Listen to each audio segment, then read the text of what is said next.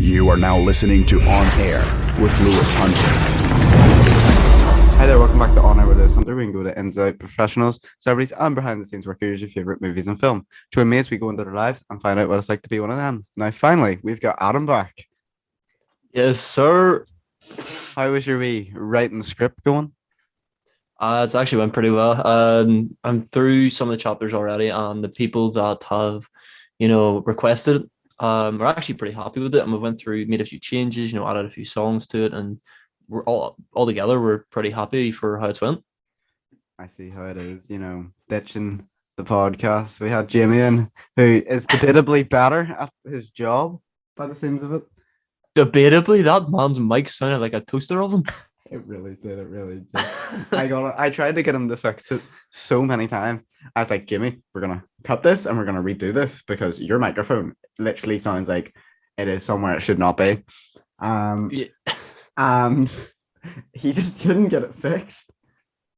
So Yeah, I'm not gonna lie. After a while, it did sound like to calm itself down. But right at the start, I genuinely thought my eardrums were going to be blown apart. you should have heard it in one of the first outtakes that were removed. Oh, it was even worse. But we finally got Adam back. It's been what now? 2-3 weeks. Yeah, So you've had a wee holiday, not paid holiday, but you've had a wee holiday off. Oh, I've been living the dream away from you now. Oh, you've had to see me in tech anyway, so That is unfortunate. yeah, I see why you didn't come in on Tuesday, to be honest with you. But speaking of tech, do you want to talk about the new tech project we have going on? Oh yeah, no, this is one thing I'm actually really excited for. If I do get the right for it, even just help writing as part of the team, I don't mind if we all push in for it. It's something that I'm going to really interested for because the initial topic was obviously our documentaries and stuff, which was it was all right, but it was very limited and it was 3 minutes. But when you're given a project that's meant to be worked in a group and is a sci-fi, which might I add, it's a broad range. You could have like almost Very anything. broad. Yeah, very, very, like there's so much you could do with it. That mixed with the fact that it's a group project and it can be up to 10 minutes long is beautiful.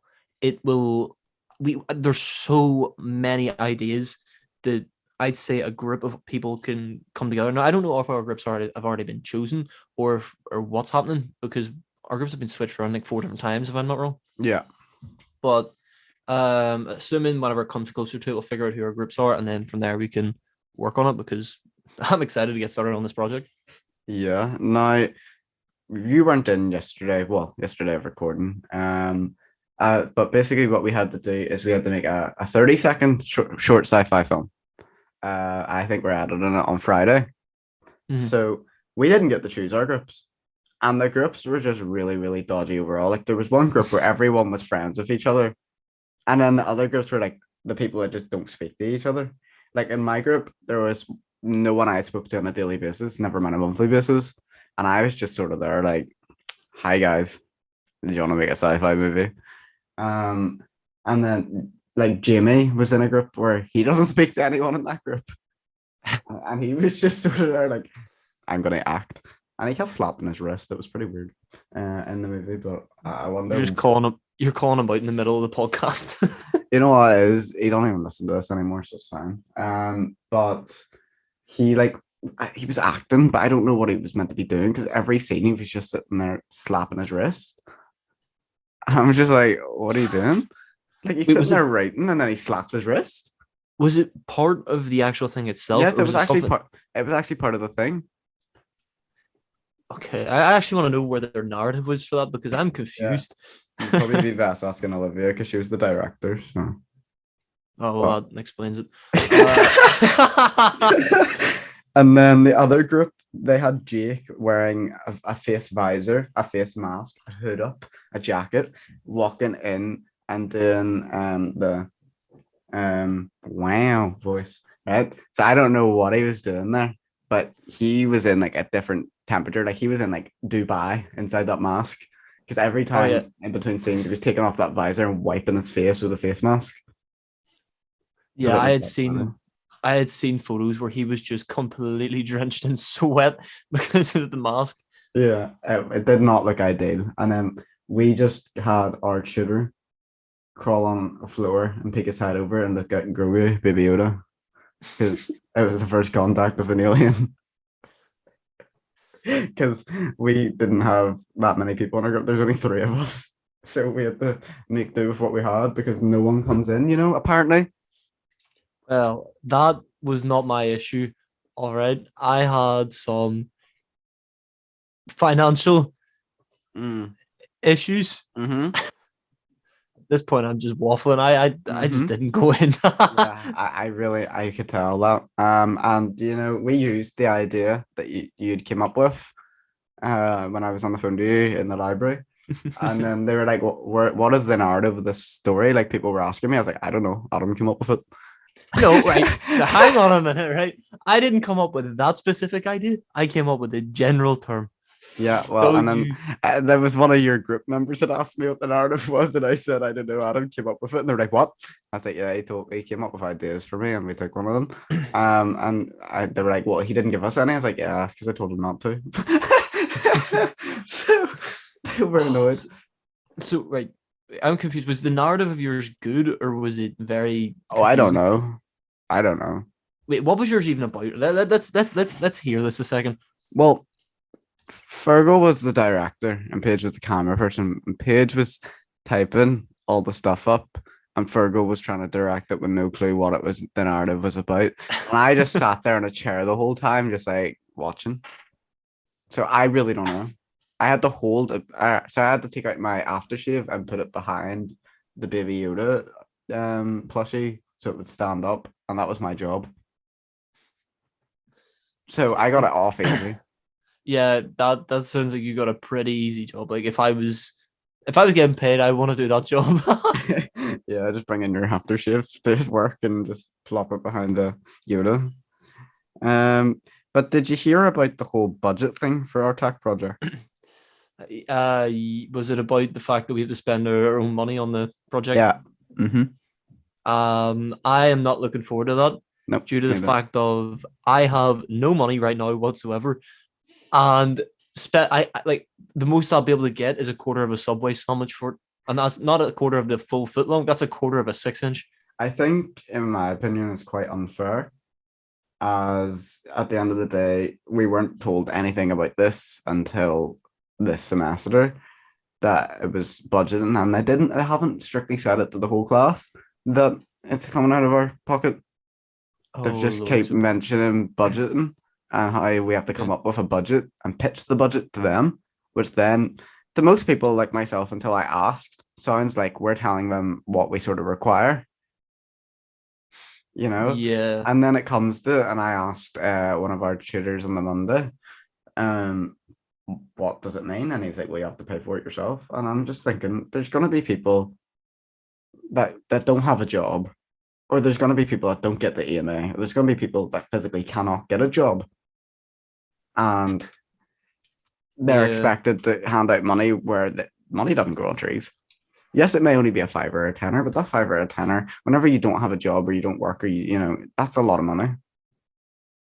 Yeah, like especially in the likes of anybody that's in my position as well, where I'm getting max. Well, recently I've been getting more hours, and thank heavens for it. But I think they're going to fire me because somebody was doing my dishes. Right, I was meant to be on dishes, and somebody was doing them and has dirtied every single dish. But back to the point of the story, I'm not doing many hours, and I'm getting paid literally nothing. I'm getting paid essentially the money I get is to go to tech. I get £6 to myself every week, and that's it. Yeah, that's just not enough to like live. Never mind pay for like all this budget stuff. Yeah. I don't know. Hopefully we get something sorted soon. And maybe they sort of help us out a bit. But I mean, it all depends on what you want to do. Maybe you can keep it cheap and simple and still show it. Like, for instance, I have an idea for one of mine where I could like borrow a motorbike helmet, and maybe just after the edit, what we could do, or in the edit, we could imply it. Essentially, it'd be like a VR helmet, but with like a bike helmet and like glasses in front of it, and like a wire coming out the top. It's a whole thing that I've been sort of looking down, sketching all my ideas for what I want the to think for it. But anyway, but even at that, if I didn't have that, that would be a lot of money I would be trying to spend and trying to make something for that. And Exactly, yeah. you know what I mean? It's not Money isn't flowing realistic. from everywhere. It's not Yeah. realistic. And especially Yeah. the fact that we've been told we have to look at our budget and think of the food example that we're going to have to give to the actors. That cannot just be crisps and Coke. Oh no, it's going to be like a packet of chewing gum and that's it for me. Yeah. And the way it's been put across, we have to provide them a whole 5-course meal.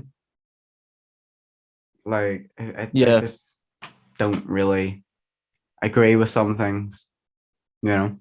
Yeah, no, I 100% agree with that there. You know what I mean? At the end of the day, right now, we shouldn't be worrying about budgets. No, But definitely not. But speaking of budgets, in a way, Microsoft, right?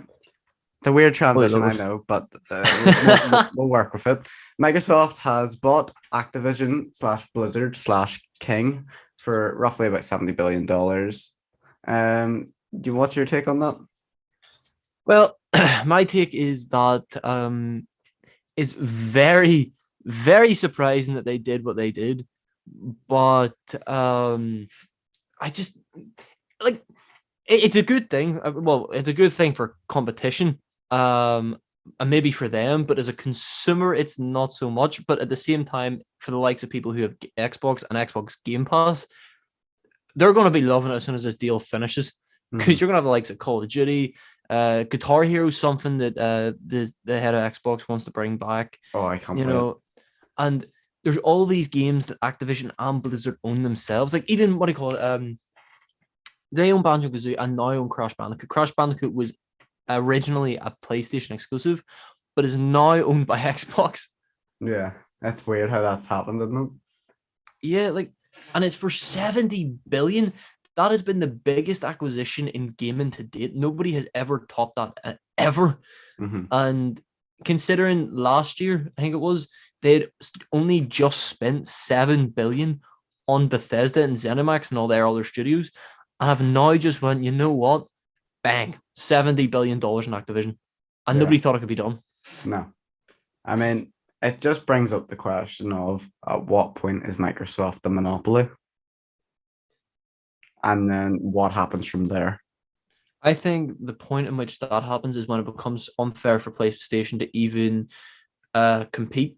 But right now, they're doing fine. They have their own studios. There's all sorts of indie games, AAA developers that are third party. You know, there's enough out there that can support Microsoft and PlayStation to buy a good bit more. But I can see Microsoft already know their limits. They have been done for that monopoly thing back, I want to say 99. But I could be wrong on the dates for that one. And it was to do with all their software and stuff like that there.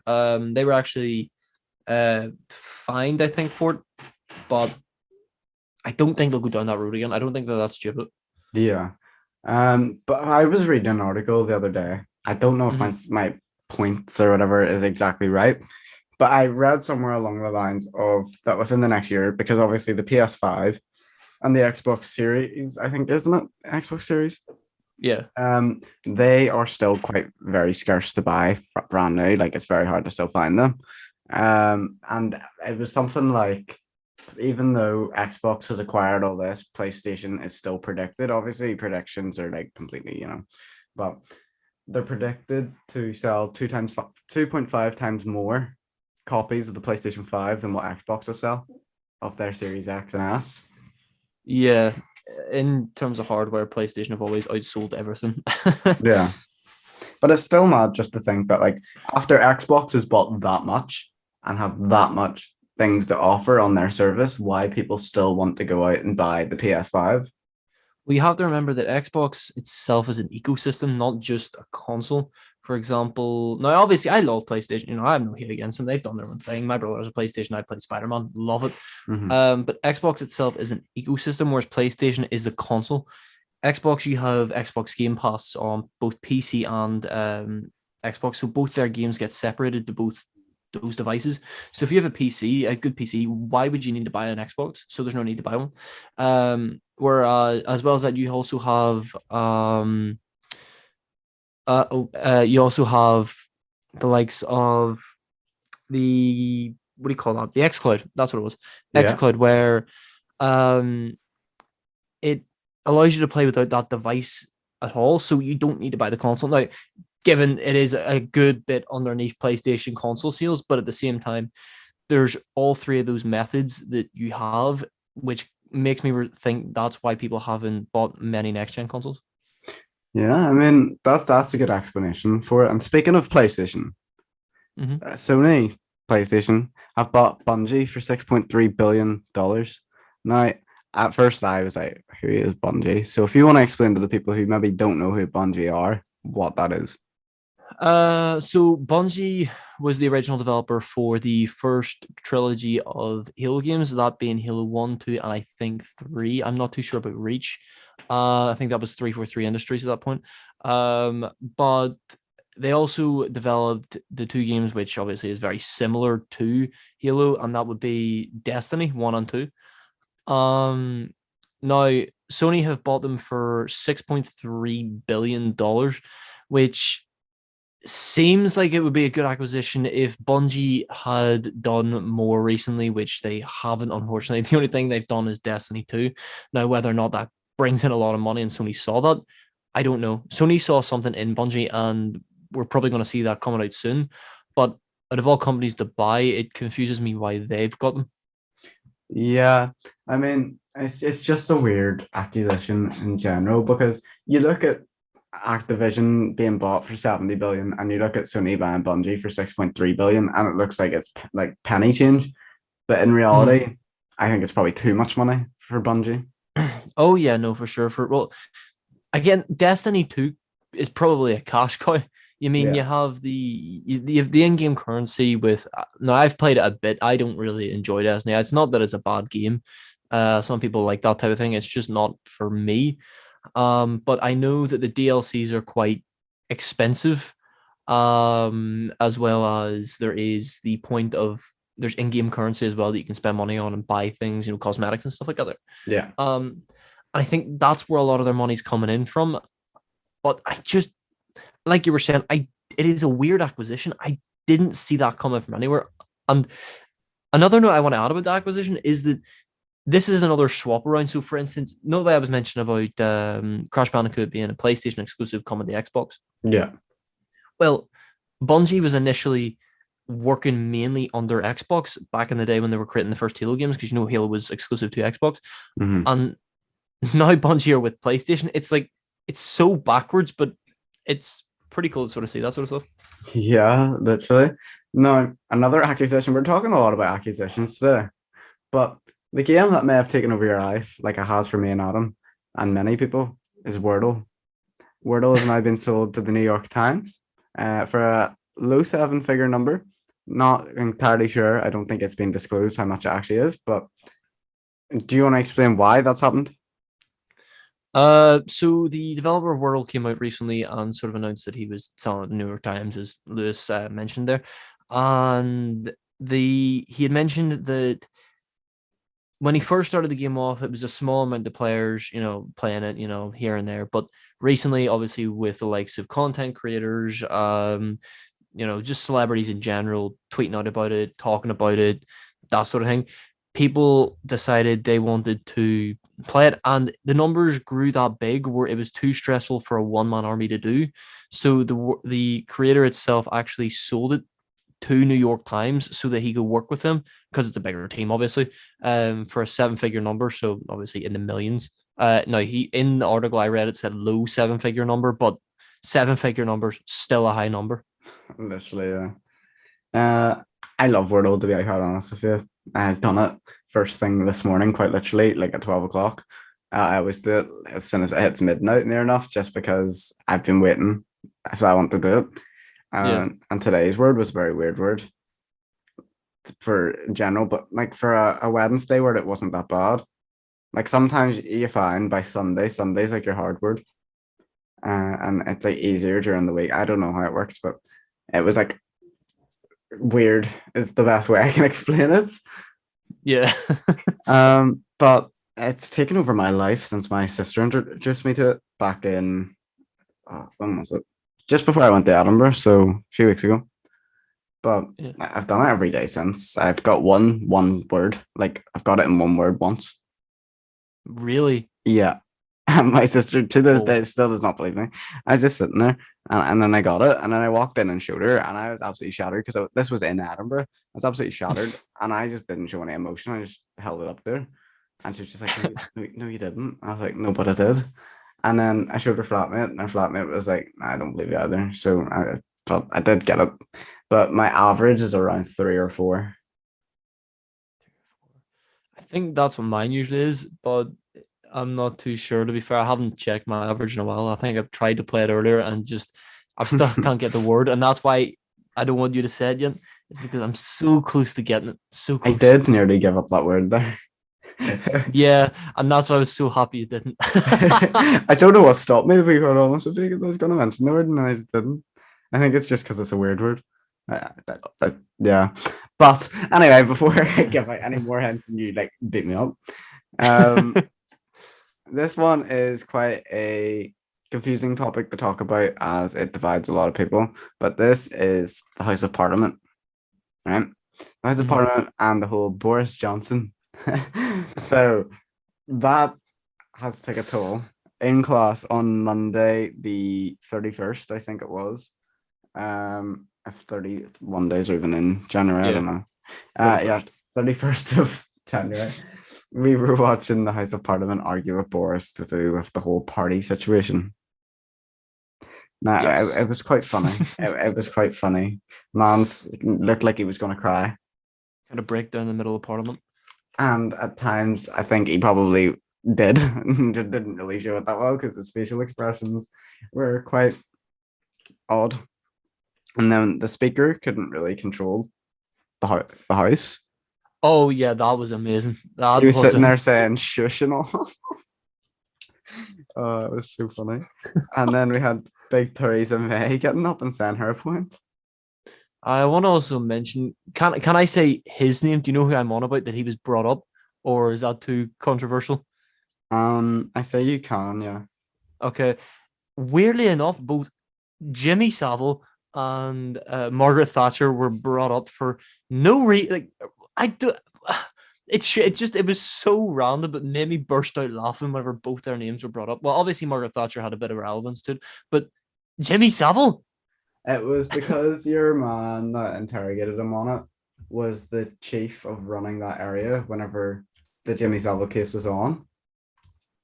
So he was like running all that police investigation business behind the Jimmy Savile case. But yeah. So okay, that makes sense. That makes sense. yeah. So we're not big politic gurus, right? No. So we can't really give you our opinion on it. And don't be taking our opinion and making it sway you in any way.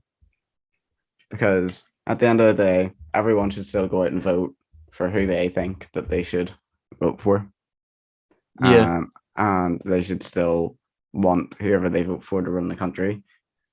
Yeah, we're just two goggled kids talking about politics with no idea whatsoever.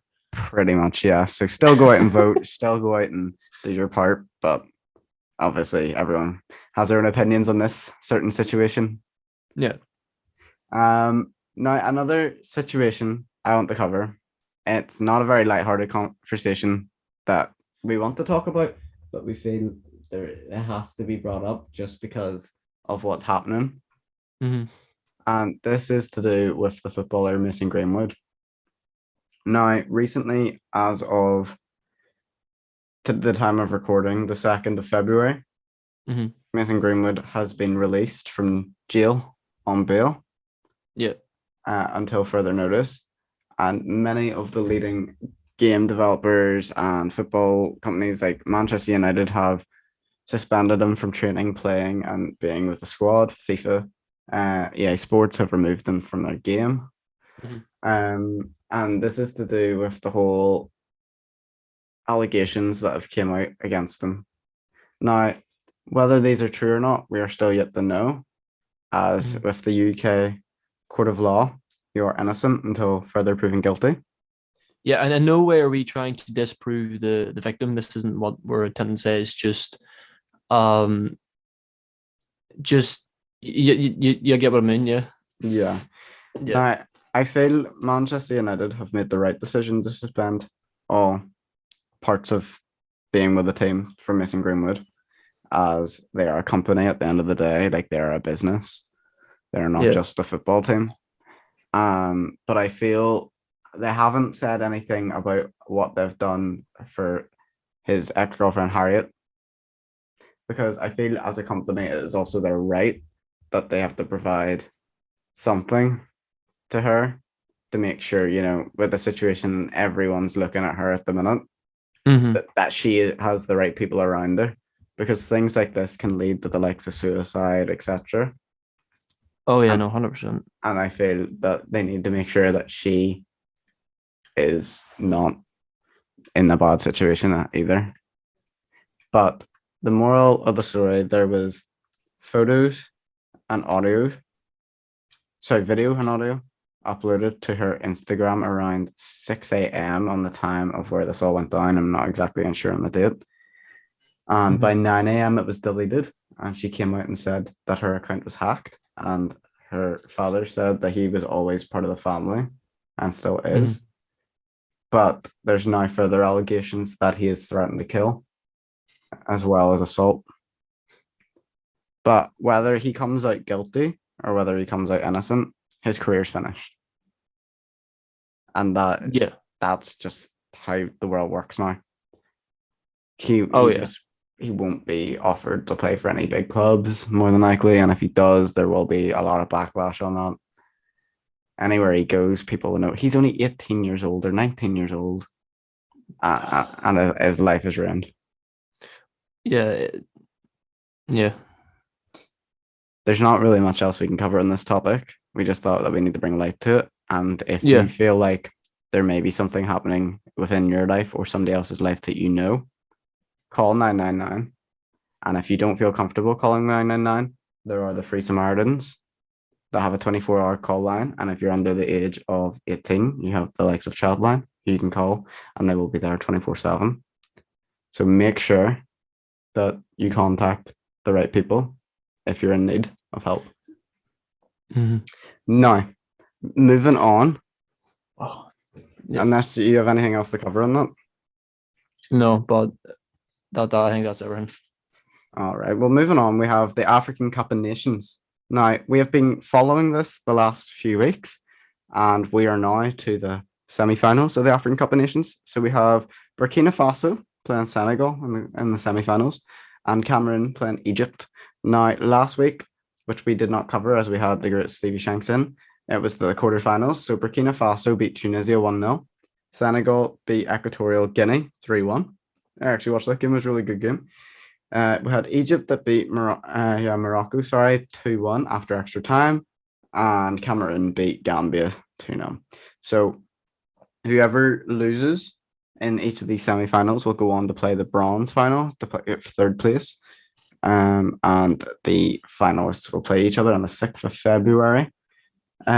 So by the time this comes out, the semi-finals will have been played, and tomorrow the finals will happen. So they are on BBC Sport.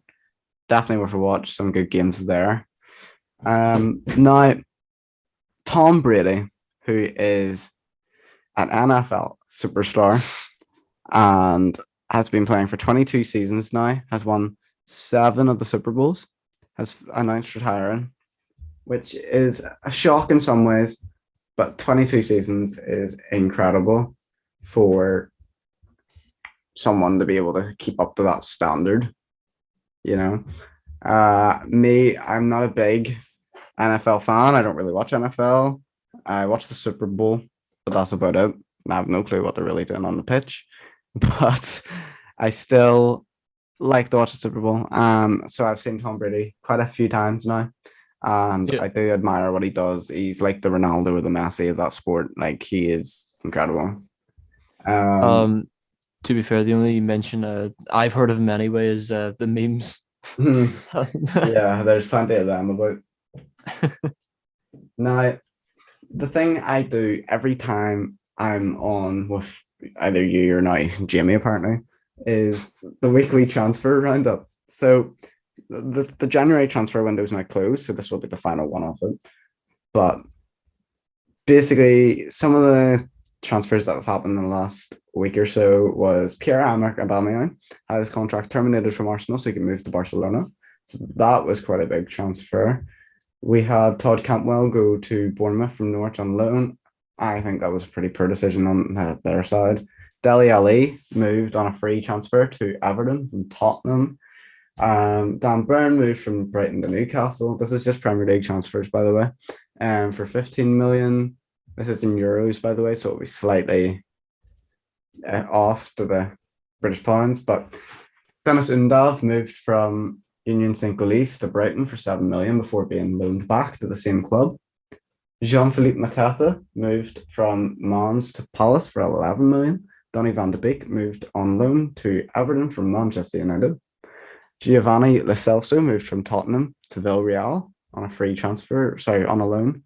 Matt Targett moved on loan to Newcastle from Aston Villa. Brian Gill moved on loan from Tottenham to Valencia. Julian Alvarez moved from River Plate, an Argentine club, I believe. He's very young. He's a centre forward. He moved to Manchester City for 17 million before being loaned back out for the rest of the season. Tottenham made a few signings, and they signed Dejan Kulusevski from Juventus for 10 million to Tottenham, and Rodrigo Bentancur from Juventus to Tottenham for 19 million. So that seems like a good transfer window for them. Tanguy Ndombele moved from Tottenham to Lyon on loan. Wout Weghorst moved from Wolfsburg to Burnley for 14 million. Christian Eriksen joined Brentford from being a free agent. So that's a very big one. Bruno Guimaraes moved from Lyon to Newcastle for 42 million. Luis Diaz moved from Porto to Liverpool for 45 million. Adama Traore moved from Wolves to Barcelona. I'm not sure how much the fee was. I'm going to get that up here. Bear with me. On loan, sorry.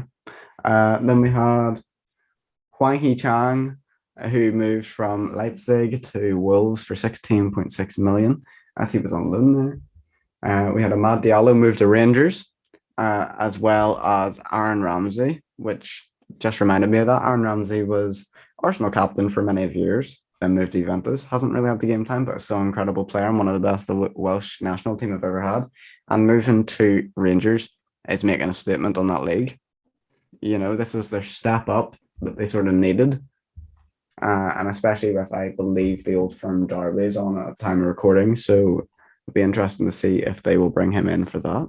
Now, Anthony Martial moved from Manchester United to Sevilla on loan. He was useless for us, to be quite honest with you.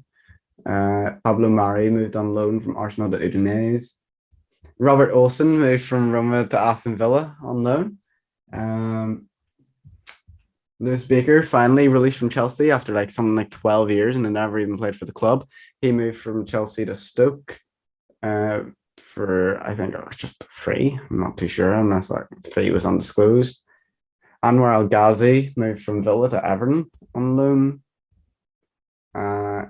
Lucas Digne moved from Everton to Villa for 30 million. Chris Wood moved from Burnley to Newcastle for 30 million. That is some of the main transfers throughout the window. Obviously, we had the likes of Philippe Coutinho, etc. But I've just went through the roundup of the January transfer. So before we discuss our final topic, we always like to cover this as it's progressing throughout the season, and this is the Book of Boba Fett. Now, the new episode is now out of time of recording. I've not yet seen it. Adam hasn't even started watching this show. But last week, we got reintroduced to Mandalorian, and I think we shall be seeing Grogu this week, which is quite good.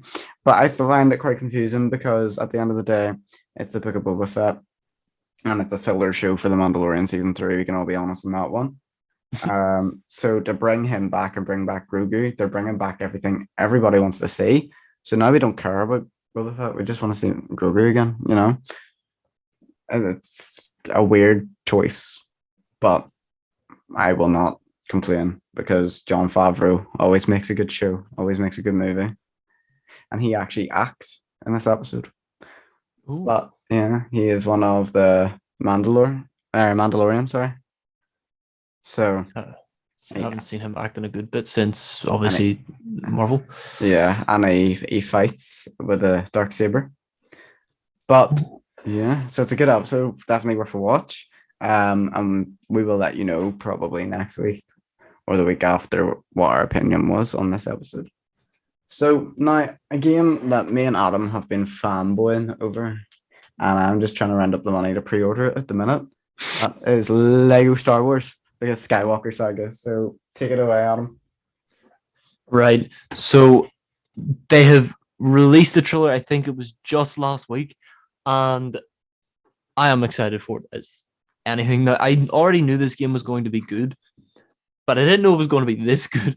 With the there's I don't even know where to begin.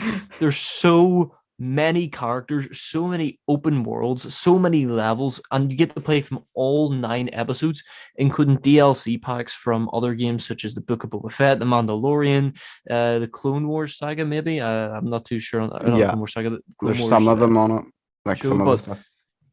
Yeah. As well as that, there is the golden treasure chest in the cave, which everybody has been asking for, which is the mumble mode. Mm-hmm. They actually listened and put something in that everybody wanted. Well, to be fair, they listened and remastered everything, so I mean I can't complain about that. But they did add the mumble mode, which everybody had been asking for constantly, which I'm happy they've added in. It's so good. It just brings back nostalgia. Yeah, with a game near and dear to everybody's heart, such as the Lego Star Wars series, having the mumble mode be brought back into it it's going to be great. Now, given it isn't the exact same as what we've had before, and some of the scenes, such as obviously, when Luke finds out Darth Vader is his father, it doesn't have that special scene in the original series where Darth Vader shows a picture of him and points to it. Yeah. Which was funny at the point, but at the same time, we still get the mumble, which is pretty cool. And the new combat system, including like the force, isn't just hold B or circle or whatever you use, and that's it. It's a actual ability that you can choose what to do. So, for instance, I think it was used on one of the wee elephant tusk things. I'm not too sure what they are, but that's usually on the Tatooine, and you can control them to do stuff. And I thought that was pretty cool. The combat system's also been updated as well, which looks amazing. And obviously, finally, the visuals, which have been put up to 4K for Series X and maybe Xbox One X owners, which is something exciting because we've never seen a Lego game hit 4K before, from what I can tell anyway. Yeah. And the way it works, with like, say you have different abilities. So you can have like the dark side, you can have the force, you can have all this here, and you have to upgrade it as you go on. And it includes replayability, which is good because a lot of games you play through once and you don't really want to play it again. But there's like certain things you can only unlock if you have certain things. So therefore, it makes you want to come back. And like you need like 3 million studs to buy something, for example. So you have to go back and you have to redo the missions and you have to find extra stuff that might get you more to be able to afford this. So then you can finally get it. So it's really interesting. This comes out April 5th. It's currently out for pre-order now. If you pre-order, you get the Mandalorian pack. And if you pre-order from Game, you get the game and disc with is it Carbonite that they put Han Solo in? Yeah. Yeah, it comes like that, basically. So you get a special copy. Yeah, my one wish for them, and I know they won't do this, but my one wish is that if they do implement a new feature, is online play.